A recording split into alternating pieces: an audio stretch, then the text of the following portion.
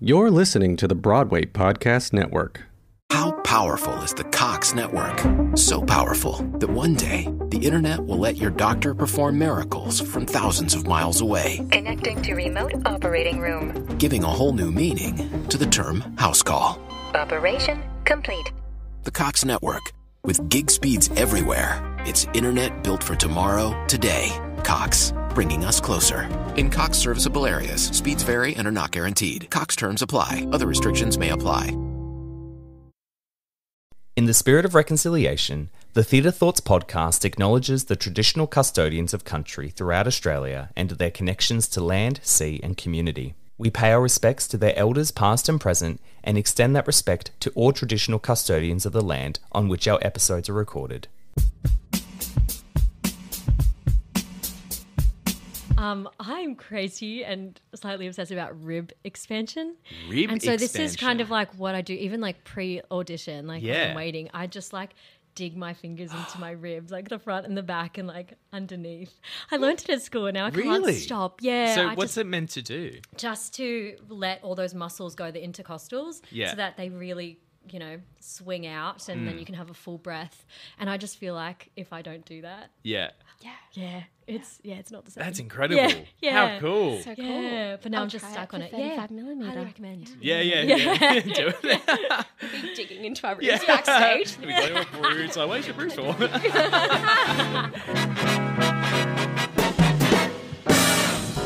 You're listening to the Theatre Thoughts podcast, your backstage pass to the world of theatre in Australia and beyond.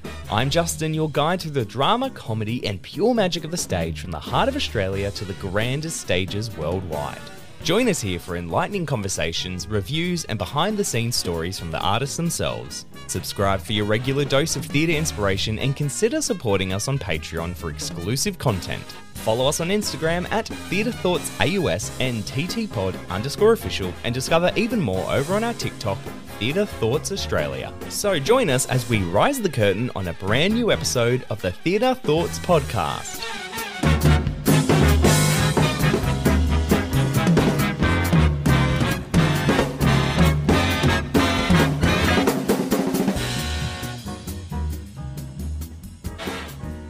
Welcome, everyone, to the other part of our little episode where we have Little Triangle Theatre Company coming onto the Theatre Thoughts podcast to talk to us about 35mm, a musical exhibition. So, we have two amazing actors joining us today. We have, first of all, a graduate from the Queensland Conservatorium of the Griffith University who left with a Bachelor of Music Theatre in 2021.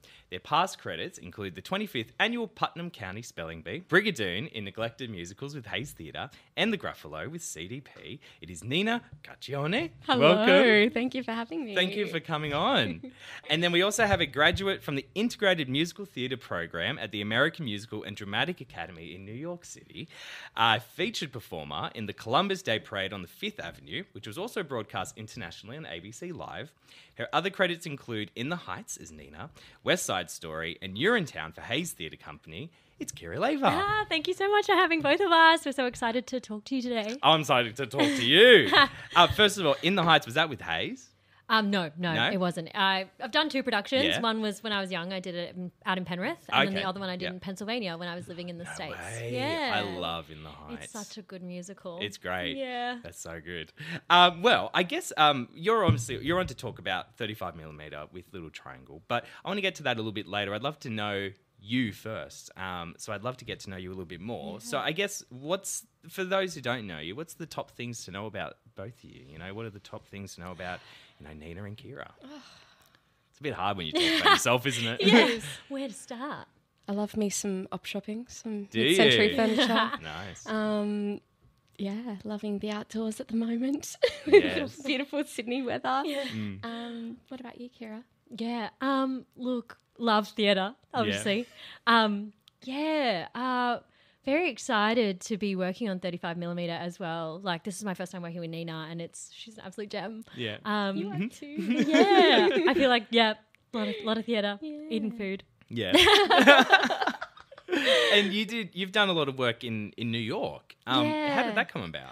I lived in New Jersey when I was young. Oh, no and way, so right. I was going to New York quite often and I always had the dream of going back. So, yeah, after high school, I really wanted to go to AMDA and made that trip over there. And after that, I ended up studying, after finishing musical theatre, did full-time acting there as well because I did not want to leave. Yeah. So, yeah. And then COVID brought me back. But Oh, right. You were there for that long. yeah. Oh, wow. Yeah. What a trip. It was an amazing experience. Yeah. It definitely was a great learning experience as well Yeah. because New York is aggressive. It's really harsh, but it's such an exciting and there's this beautiful drive and energy from the people and it's contagious. And and the amount of theatre is incredible. I love New York so much. Yeah. I've only been there a couple of times. I did once for a holiday and then I did a summer camp over Oh, in like cool. upstate New York. Yeah, So nice. every like second weekend we're going into the city and staying there. And I just love everything about it. I love all the shit things about it and I love all the great things about it as Yeah. well. It's Yeah. just such a city. You know,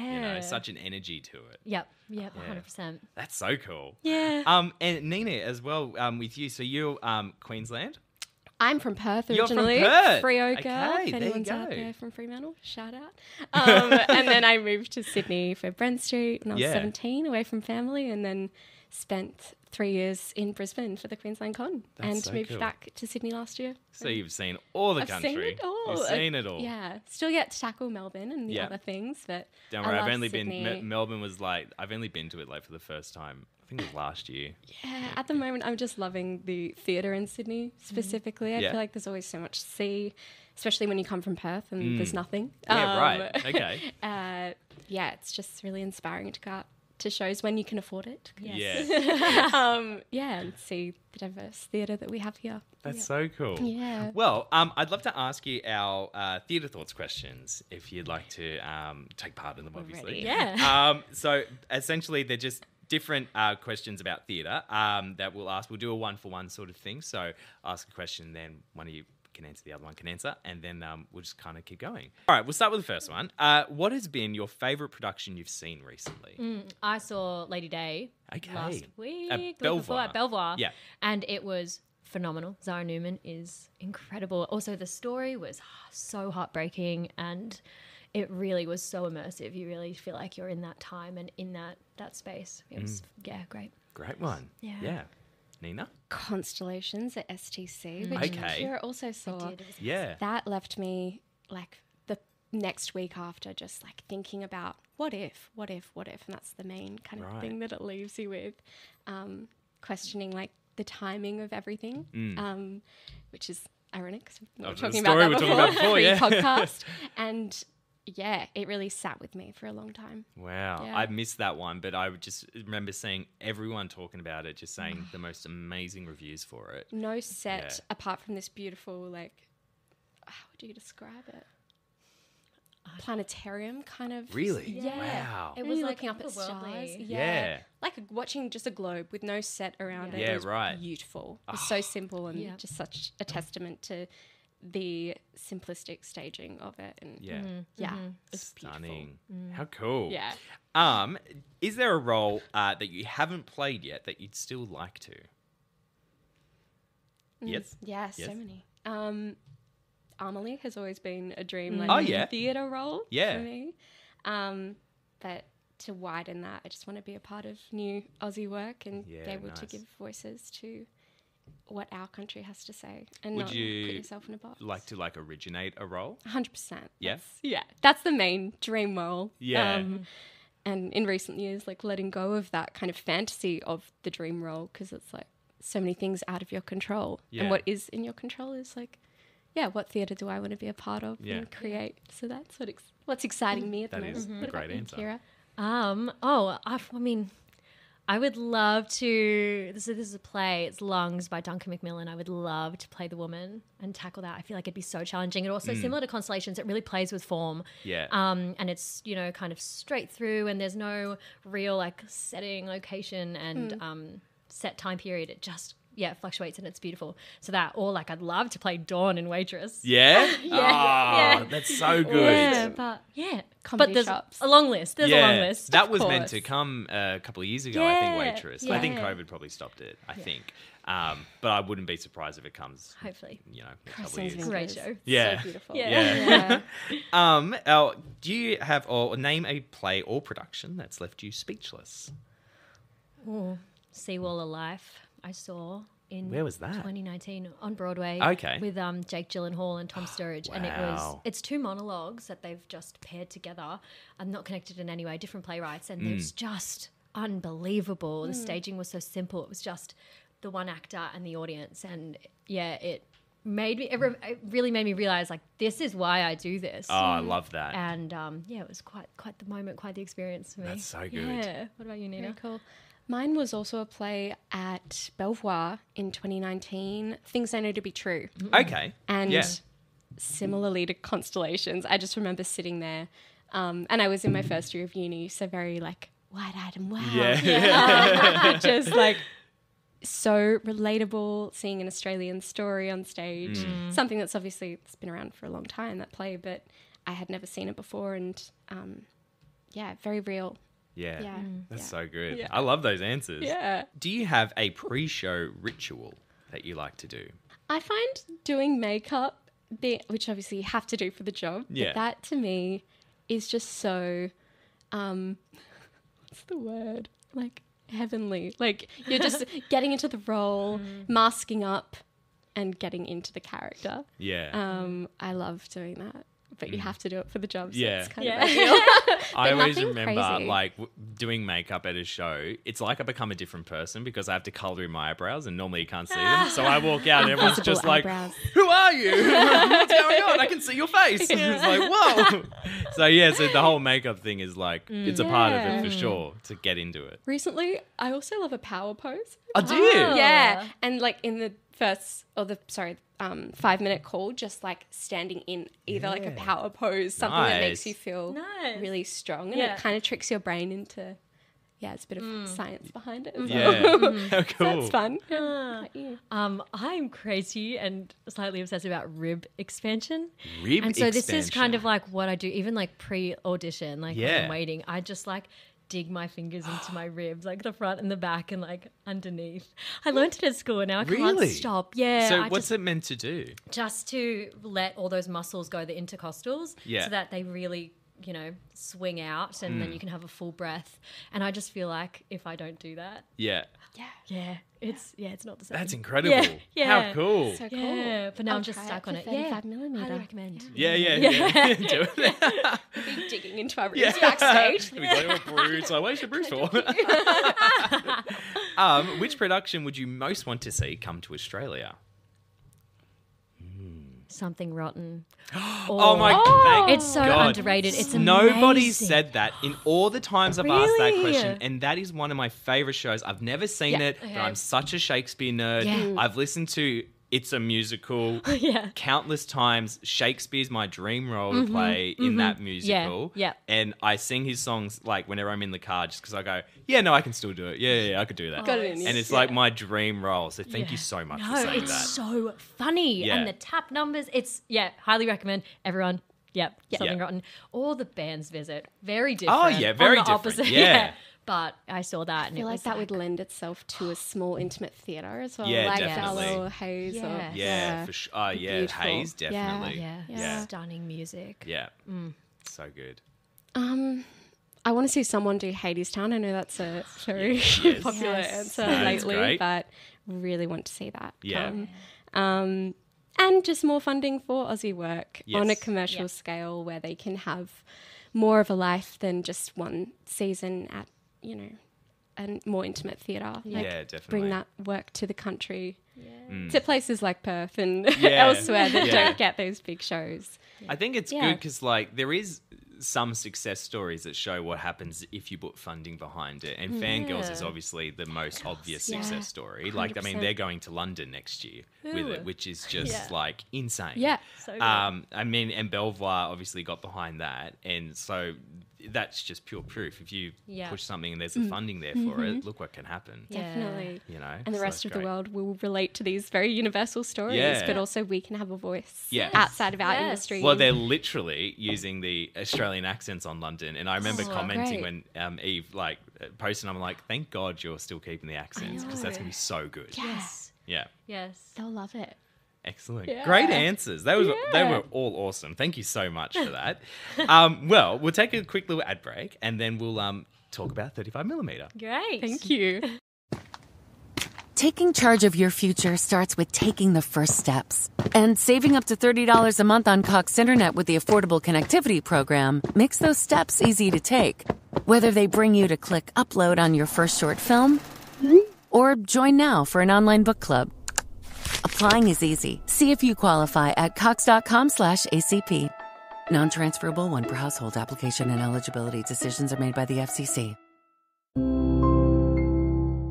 So let's talk about 35mm then, okay? I'm going to be honest, and it's going to sound bad. I know nothing about it because I thought it was a Little Triangle exclusive. Like they, created it, but I realized that they haven't. So I'd love if you could teach me about what we can expect. Sure. So 35mm was written in 2012 by Ryan Scott Oliver. His partner, Matthew Murphy, is a photographer. And when he was first starting out, he had a 35mm camera and he went around New York City taking photos of different things that he saw that inspired him. And Ryan Scott Oliver saw these images and was inspired by each, wrote a story. And they're all kind of standalone. Yeah. And that's how 35mm came to be. It's this kind of review song cycle of all these songs. It's a musical exhibition. Yeah, right. Yeah. Of original musical songs or established songs? Yeah, original. Right, Yeah. okay. Such an expansive style of music that you see in the show as well. Really? You got some country, some folk, some pop rock, Oh, some wow. hymn kind of choral work. Yeah. Yeah, there's something musical in it for everyone. It's Yeah. very cool. Yeah.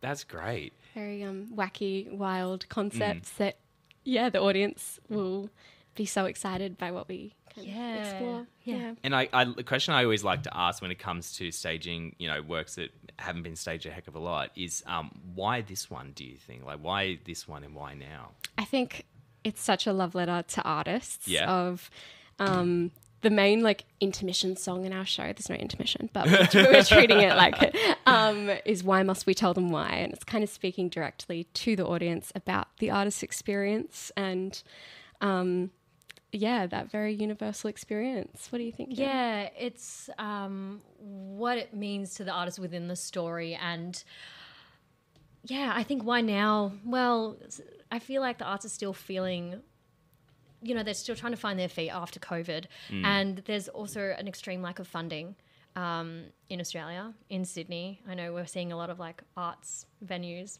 Meraki, not being able to sustain itself. And we need those spaces. But it's that art will still persevere.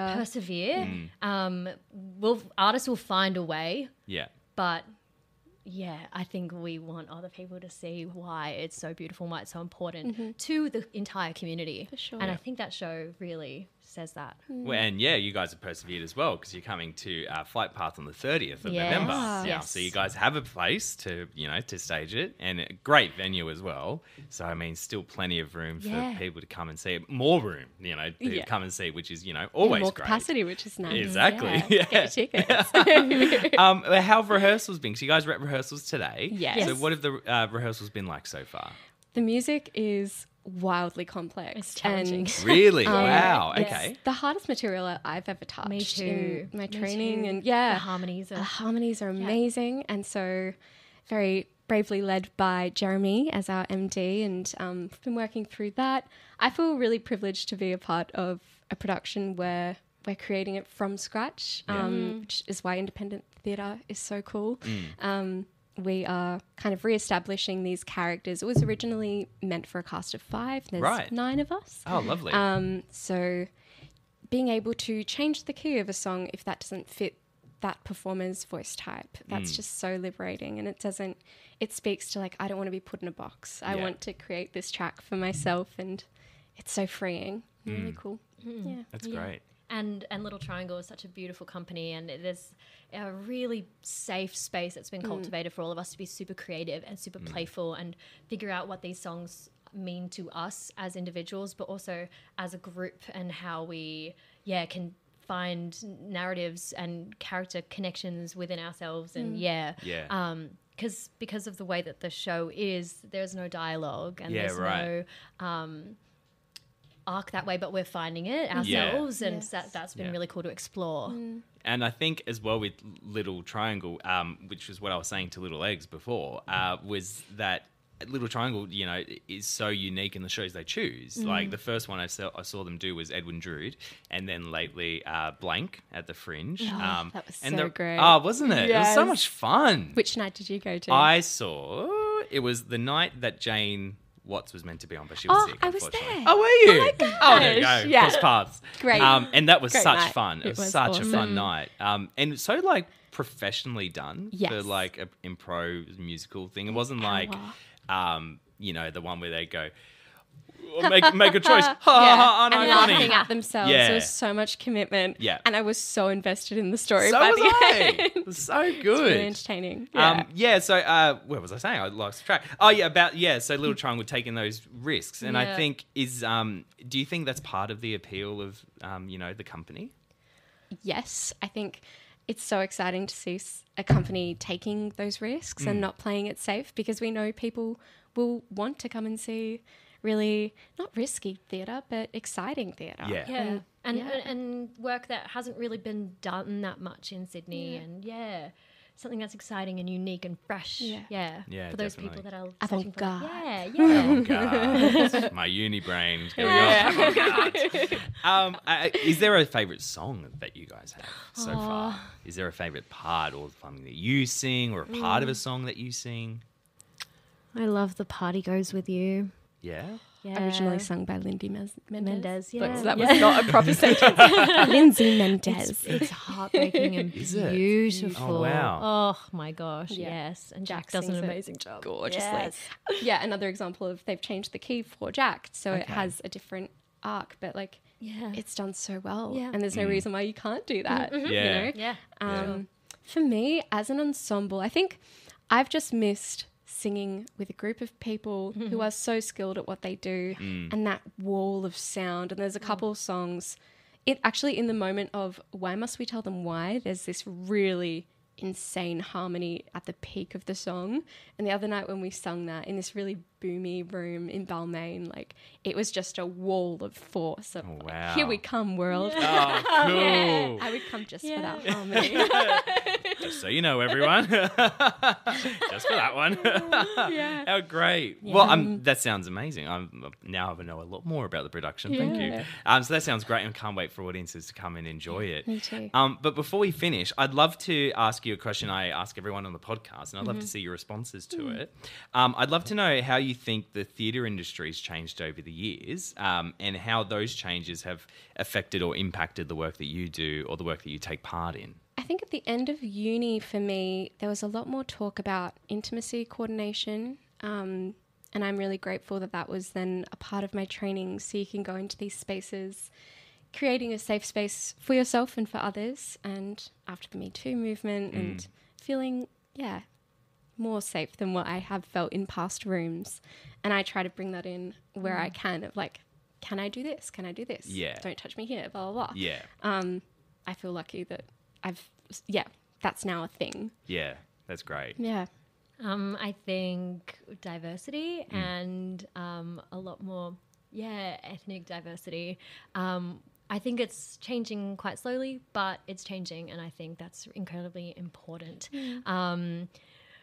I am first generation Australian, Latin American, and I would love to see more Latin American stories portrayed. I mean, I would love for In the Heights to come back. Yes, We please. just have West Side Story coming, so hopefully we see some Latinas and Latinxes in that production. But I think, that there are slowly more opportunities coming up for people to represent, and also for audiences to feel represented. And I think that also will open up the doors for diverse audiences to come in and enjoy theatre and become part of the community, expand the community, and hopefully then we'll get some more funding and more theatre will pop up and more venues. Because the demand is there to exactly. their stories be on stage as opposed to I'm going to go see a chorus line. Yeah. We're not saying that that's a bad show. Yeah. But like, seeing... And I think some companies are doing a really great job of trying to put stories on stage that are stories that we don't normally typically see on stage. Like even Belvar's Jungle in the Sea last year. And that is really beautiful to see, to start seeing people who are having their first time in the theatre, seeing them experience. I'm hoping that they come back. Yeah. And I think because I've done a lot of these episodes, I'm kind of like chunking them at the moment, and the through line has been that there needs to be the demand. You know, we need to make the demand for theatre so that government's listening and go, oh, maybe we should give them some money. Maybe we should build some theatres. It's like, maybe you should. That'd be great. You know? And I think it's the thing we should be, striving for. Yeah, 100%. Yeah. Excellent. Well, thank you so much for that. Thanks for having us. But yeah, thank you so much for coming on. I can't wait to come to the production. So it's 30th of November to the 9th of December at Flight Path Theatre. Nina and Kira, I'm so excited to see you in the production as well and really just take part in it. Can't wait to have you there. I know, So thank you so much. Thank you for having us. And Have that's a great day. Have a great day. Bye.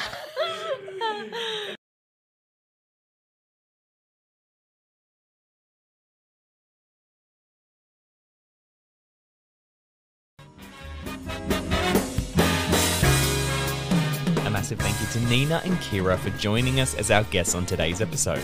You can catch Little Triangle's production of 35mm, a musical exhibition, from the 30th of November at the Flight Path Theatre in Marrickville. Tickets can be booked at littletriangle.com.au or by following the link in this episode's description. This episode was produced by Echidna Audio. Follow them on Instagram at Echidna Audio for all their audio services. Once again, if you enjoyed our podcast, leave us a review wherever you get your podcasts and head to the link in this episode's description for our Instagram account, TikTok, YouTube, and Patreon. My name's Justin Clark, and I'll see you next time here on the Theatre Thoughts Podcast.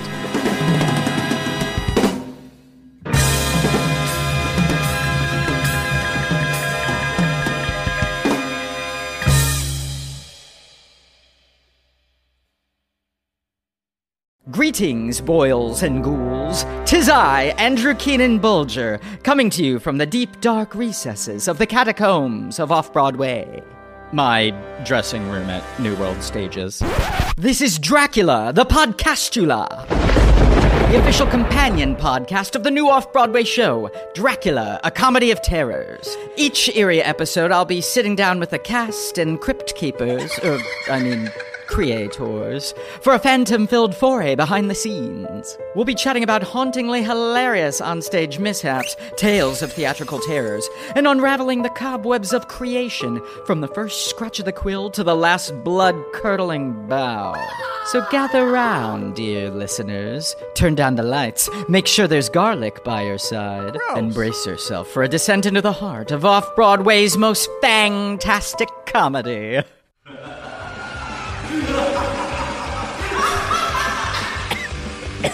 Sorry, down the wrong pipe. Dracula the Podcastula, wherever you find your podcasts. Hi y'all, this is Kristen Chenoweth. Hi, I'm Gloria Stefan. This is Sarah Bareilles. Hi, I'm Patty LuPone. This is Lin-Manuel Miranda. You're listening to the Broadway Podcast Network.